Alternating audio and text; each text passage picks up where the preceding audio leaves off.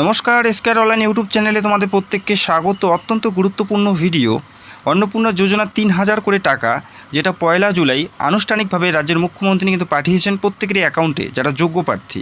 তো ভিডিওটা অত্যন্ত গুরুত্বপূর্ণ। দেখো কারা কারা টাকা পেলেন এবং কারা কারা টাকা পেলেন না, এবং টাকা না পেলে কি করবেন, এখন করণীয় বর্তমানে কী আছে, যারা টাকা পায়নি তারা বর্তমানে কি করবে এবং কি করলে পরের মাস থেকে তাদের অ্যাকাউন্টে টাকা আসবে। তো ভিডিওটি সম্পূর্ণ দেখো, অত্যন্ত গুরুত্বপূর্ণ ভিডিও।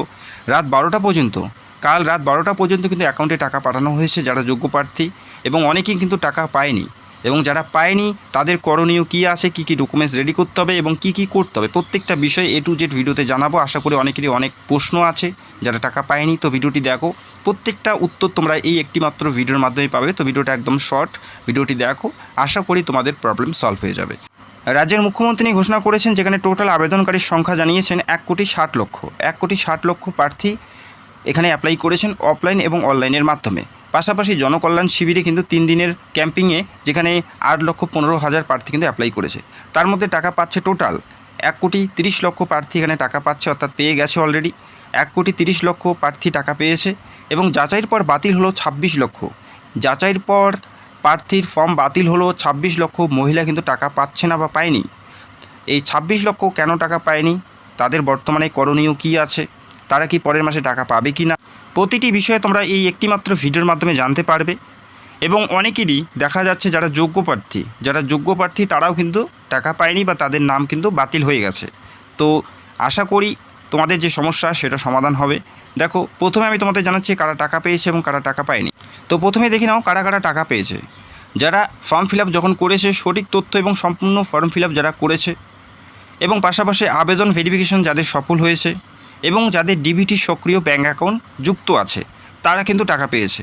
যাদের অ্যাপ্লিকেশন সঠিকভাবে ফিল আপ করেছে, প্রত্যেকটা কলাম যেগুলো ম্যান্ডেটারি প্রত্যেকটাই ফিল আপ করেছে এবং সঠিকভাবে সম্পূর্ণ ফর্ম ফিল আপ করেছে, এবং তাদের ফর্ম ভেরিফিকেশন সফল হয়েছে এবং তাদের ডিবিটির সাথে সক্রিয় ব্যাঙ্ক অ্যাকাউন্ট যুক্ত আছে, এবং সেই সমস্ত প্রার্থীদের চূড়ান্ত অনুমোদিত তালিকায় নাম চলে আসে এবং তারা 1লা জুলাই কিন্তু টাকা পেয়েছে।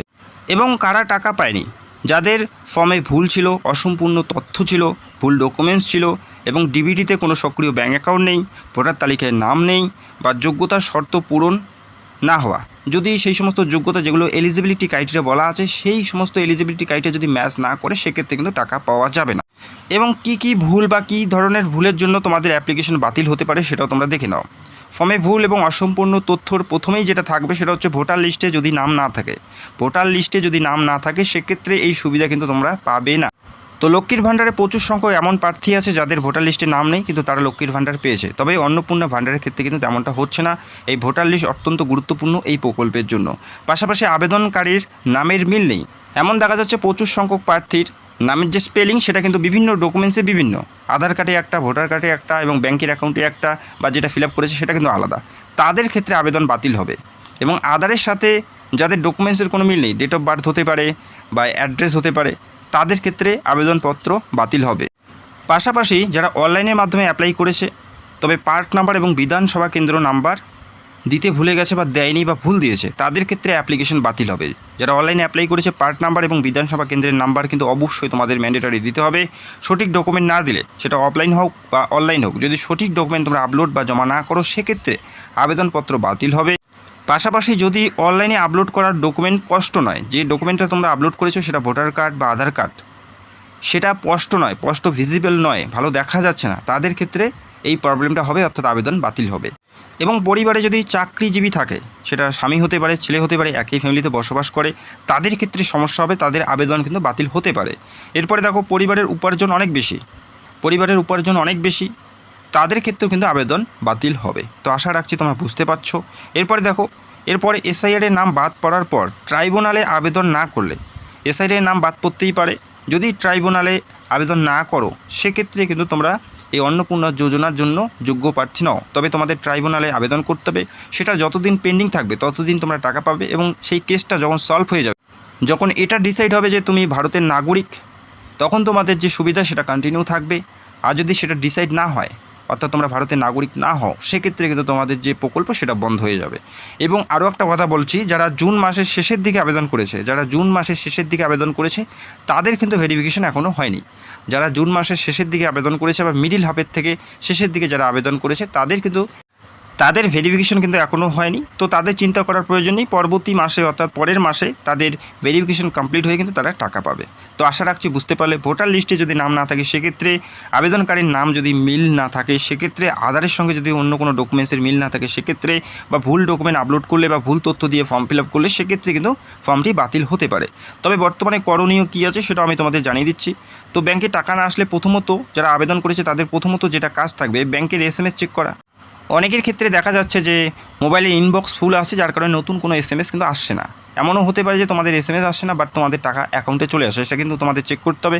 মোবাইল ব্যাংকিং পাসবুক চেক করতে হবে, মোবাইল ব্যাংকিং এবং পাসবুক তোমাদের চেক করতে হবে। যেহেতু হাই ট্রানজ্যাকশন কিন্তু একটা হয়েছে, যার কারণে কিন্তু একইবারে প্রত্যেকে টাকা পায়নি, রাত 12টা পর্যন্ত অনেকেই টাকা পেয়েছে। তো ব্যাংকের সার্ভারের কারণে অনেক সময় ট্রানজ্যাকশন ডিলে হয়, তো অপেক্ষা করতে হবে। পাশাপাশি অনেকেরই ব্যাংকের সাথে মোবাইল নাম্বার লিঙ্ক নেই, যার কারণে SMS আসছে না। এমনও হতে পারে যে SMS আসেনি বাট টাকা এসে গেছে, সেটা চেক করতে হবে। পাশাপাশি অনেকের ক্ষেত্রে মোবাইল নাম্বার রেজিস্টার আছে ব্যাংকের সাথে, তবে SMS যে পরিষেবা সেটা কিন্তু চালু নেই, যার কারণে SMS দেওয়া হয়নি। তো অবশ্যই ম্যানুয়ালি তোমাদের ফিজিক্যালি তোমাদের ব্যাংকে গিয়ে তোমাদের যেটা ব্যালেন্স সেটা কিন্তু তোমাদের চেক করতে হবে প্রথমত। এবং এরপরে দেখো, আজকে হচ্ছে 2 জুলাই, এই 2 জুলাই এবং 3 জুলাই এই দুটো দিন তোমরা ওয়েট করো। একটু আগেই আমি তোমাদের জানালাম যে ব্যাংকে হাই ট্রানজ্যাকশনের কারণে অনেক সময় ট্রানজ্যাকশনগুলো ডিলে হয়। তো এই 2 জুলাই এবং 3 জুলাই তোমাদের ওয়েট করতে হবে, সারাদিন অপেক্ষা করো। 2 জুলাই আজকের দিনটা সারাদিন ওয়েট করো, আজকের দিন এবং কালকে বিকেল পর্যন্ত তোমাদের ওয়েট করতে হবে। তারপরেও যদি তোমাদের ব্যাংকে কোনো ক্রেডিটের SMS বা কোনো টাকা যদি যোগ না হয় সেক্ষেত্রে তোমাদের বুঝতে হবে যে তোমাদের অ্যাপ্লিকেশনটি বাতিল হয়েছে। আজকে সারাদিনের মধ্যে কোনো টাকা যদি তোমাদের অ্যাকাউন্টে না আসে সেক্ষেত্রে তোমাদের BDO অফিসে কিন্তু যোগাযোগ করতে হবে। BDO অফিসে গিয়ে যোগাযোগ করতে হবে এবং কী কী ডকুমেন্টস তোমাদের নিয়ে যেতে হবে এবং কী কী প্রসেস আছে সেটাও আমি তোমাদের বলে দিচ্ছি। প্রথমত তোমাদের BDO অফিসে যে সমস্ত ডকুমেন্টগুলো নিয়ে যেতে হবে, অ্যাপ্লিকেশন নাম্বার, যখন অ্যাপ্লাই করেছো যে অ্যাপ্লিকেশন নাম্বারটি, সেই নাম্বারটি তোমাদের প্রয়োজন থাকবে। এরপরে রিসিভ কপি অ্যাকনলেজমেন্ট ফর্ম, অর্থাৎ যারা অফলাইনে অ্যাপ্লাই করেছে বা জমা করেছে যেটা রিসিভ কপি তোমাদের দিয়েছে সেই রিসিভ কপি নিয়ে যেতে হবে। এবং অনলাইনে যারা অ্যাপ্লাই করেছে তাদের যেটা অ্যাপ্লিকেশন ফর্ম সেটা ডাউনলোড করে প্রিন্ট আউট করে নিয়ে যেতে হবে। পাশাপাশি আধার কার্ড এবং পাসবুক তোমাদের নিয়ে যেতে হবে। এই কয়েকটি ডকুমেন্টস অবশ্যই তোমাদের BDO অফিসে নিয়ে যেতে হবে যদি আজকের মধ্যে টাকা না আসে। যদি তোমরা যোগ্য হয়ে থাকো সেক্ষেত্রে এই কয়েকটি ডকুমেন্টস নিয়ে তোমাদের BDO অফিসে যোগাযোগ করতে হবে। Aadhaar card, passbook, application number, receive copy, এই কয়েকটি ডকুমেন্ট নিয়ে তোমাদের কিন্তু যোগাযোগ করতে হবে। সেখানে তোমরা জানতে পারবে তোমাদের আবেদনটি বাতিল হয়েছে কিনা এবং কোথায় ভুল তথ্য প্রদান করা হয়েছে বা কী কারণে কিন্তু তোমাদের অ্যাপ্লিকেশনটি বাতিল হয়েছে সেটা তোমরা জানতে পারবে এবং কিভাবে সংশোধন করবে সেটা কিন্তু তোমরা সেখান থেকেই জানতে পারবে এবং তোমরা সংশোধন করতে পারবে। যে ভুলের কারণে তোমাদের আবেদন বাতিল হয়েছে সেটা যদি সংশোধন করো, যদি তুমি যোগ্য হয়ে থাকো সেক্ষেত্রে সেই ভুলটা যদি সংশোধন করো, যদি তুমি যোগ্য হয়ে থাকো সেক্ষেত্রে পরবর্তী মাস থেকে কিন্তু টাকা আসা শুরু হবে। আশা করি তোমরা বুঝতে পারলে। তো আজকের দিনটা ওয়েট করতে হবে, কালকে দুপুর পর্যন্ত ওয়েট করো। যদি না আসে এই ডকুমেন্টগুলো নিয়ে BDO অফিসে যোগাযোগ করো। আশা করি যে সমস্যার কারণে তোমাদের বাতিল হয়েছে সেই সমস্যাটা সলভ হলেই পরবর্তী মাস থেকেই তোমরা টাকা পাবে। তো আশা করি তোমরা বুঝতে পারলে, আশা করি প্রত্যেকটা প্রশ্নের উত্তর পেয়ে গেছো। তেমন কোনো ব্যাপার নেই, টাকা পাওনি। অবশ্যই তোমরা BDO অফিসে যাও, তোমরা প্রত্যেকটা ডকুমেন্টস সাবমিট করো, সেখানে জিজ্ঞেস করো যে তোমাদের অ্যাপ্লিকেশন বাতিল হওয়ার কারণ কি বা বাতিল হয়েছে কি না, কেন টাকা পায়নি। আশা করি সমস্যার সমাধান হয়ে যাবে। এমন নয় যে টাকা কোনো দিনই পাবে না, অবশ্যই পাবে যদি তোমরা যোগ্য হয়ে থাকো। তো আশা করি প্রত্যেকটা প্রশ্নের উত্তর পেয়ে গেছো। তাতেও যদি কোনো সমস্যা থাকে কমেন্ট করো এবং নতুন কোনো আপডেট আসলে আমি অবশ্যই তোমাদের সাথে শেয়ার করব। Application number, receive copy, acknowledgement form, Aadhaar card, ব্যাংকের অ্যাকাউন্ট প্রত্যেকটাই কিন্তু তোমাদের নিয়ে যেতে হবে। বোঝা গেল? আর যারা অনলাইনে অ্যাপ্লাই করেছো অবশ্যই অ্যাপ্লিকেশন ফর্মটা ডাউনলোড করে নেবে, প্রিন্ট আউট করে প্রত্যেকটা ডকুমেন্ট নিয়ে কিন্তু তোমরা BDO অফিসে যোগাযোগ করতে পারো। তো যদি কোনো নতুন আপডেট আসে অবশ্যই আমি তোমাদের সাথে শেয়ার করব। চ্যানেলে যারা নতুন দর্শক চ্যানেলকে সাবস্ক্রাইব করে রাখবে এবং ভিডিওটি দেখার জন্য অসংখ্য ধন্যবাদ। Thank you so much.